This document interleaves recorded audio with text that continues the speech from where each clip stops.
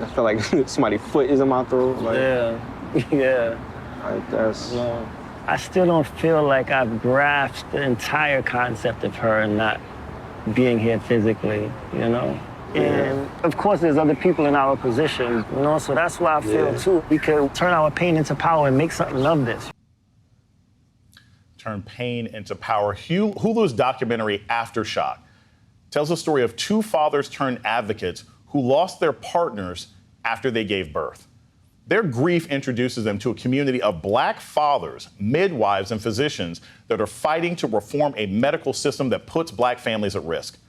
According to the CDC, Black women are 3 times more likely than white women to die from pregnancy and childbirth complications. Joining me now are Amari Maynard and Bruce McIntyre III, the featured fathers in the documentary Aftershock. Thank you, gentlemen, so much. It took me 3 times to get through this documentary. I interviewed one of your producers on my podcast, A Word on Slate. I thank you all so much for the work that you're doing. I'll start here, Bruce. We've known Black maternal mortality has been an issue in the community for a long time, but this documentary is probably the first time I've seen this issue from the perspective of Black fathers. Did you have any difficulty saying yes to this project? Did you have any sort of concerns? No, I was on board. I felt like this was something that the people of my community needed to know immediately. I feel like this is a huge epidemic that's going under the radar, and I feel like we need to bring attention to this problem. So the other thing that sort of hits me about this is, what is the biggest concern that you have now, Mustafa? What is the biggest concern that you have now about what isn't being done? This documentary is huge. Lots of people are paying attention to it. But what kind of policy changes would you like to see based on sort of the experiences you've had on the ground? We would like. Go ahead, Bruce. Yeah, go ahead. Yeah, with policy, we would like to see more funding for midwives, more doulas. We need to really put them on the front lines. We need to, redirect the course of birthing equity towards better birthing solutions. We need to fully integrate. We need to fully integrate women's healthcare. And get all of these bills passed, and get our birthing center bills passed. Make sure that we're meeting national accreditations, and we're not coming up with our own regulations that are necessarily stopping care or blocking care, gatekeeping care from these families. We need to see more accountability from these doctors, because they're being granted medical malpractice insurance, which is practically granting them immunity. So there's no real accountability for their actions, and we need to see more action for that. You know, Amari, in the documentary, I see you traveling around. You brought some artwork to another brother who had lost his partner.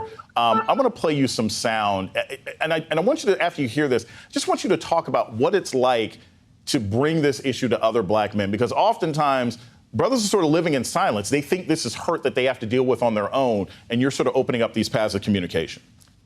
Mm-hmm. My lady died, like you said, you felt helpless. I felt the same way. Mm-hmm. I watched her take her last breath in front of my eyes, and there's nothing I can do, nothing. I had to go and get a DNA test just to take my son out the hospital. They didn't believe that he was my son. I said, why would I be here? Why would I even be here if this is not my child? I just don't think they care. Amari, what's it been like putting together these kinds of meetings between Black men who are not just sort of stigmatized in media and sort of systematic racism suggesting that we don't care about these issues, but also even within our own communities, we don't often have these kinds of spaces to express ourselves? Yeah, definitely. It's powerful, and it's amazing, because we really feel like, society tells us that, men aren't willing to speak up, men aren't willing to share their emotions, men aren't willing to be vulnerable with themselves or others, and that's necessary. That's definitely not the case. I've been put in this situation and I have this experience, and hundreds thousands of men have had similar experiences as well. And, we all are looking for answers. We all have questions that we want answered. And me creating this artwork allows a pathway not to just create these relationships, because the relationships and the bonds are created once our partners pass, but it fortifies the relationship and allows for conversations to happen so we can figure out how we can all heal collectively.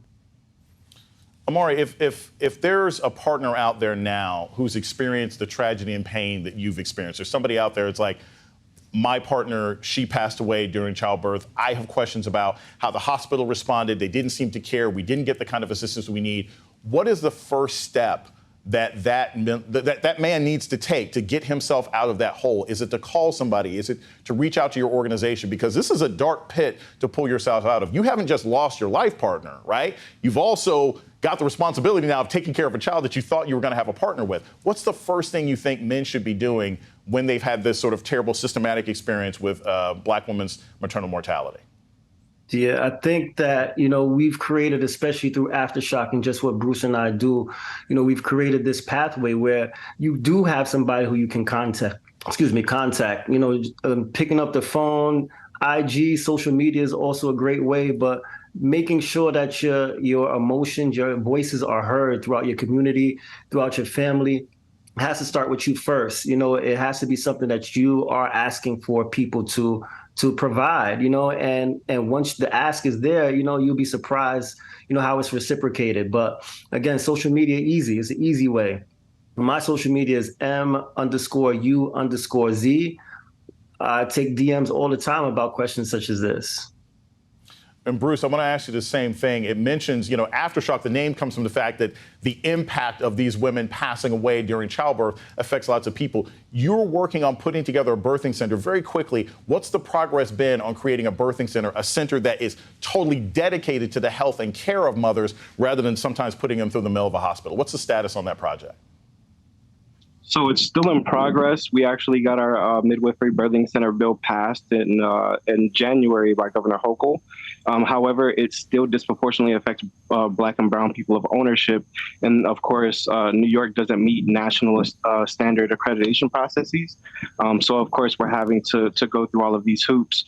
But in the meantime, what we have going on in the Bronx is we have Womb Bus, which is it's a big Sprinter van. It creates access to midwives, access to doulas, access to healthcare, access to benefits, health and movement, health and wellness. So we actually have that going around for free service around the underserved areas of the Bronx. If you want to look into them, they're Birthing Place BX, Womb Bus. And, until then, we're still waiting on the birthing center to we're still waiting on all of the processes to finish with the birthing center. So I'm thinking by next year, we should have some funding for that. Thank you, Amari Maynard and Bruce McIntyre. You guys are doing great work.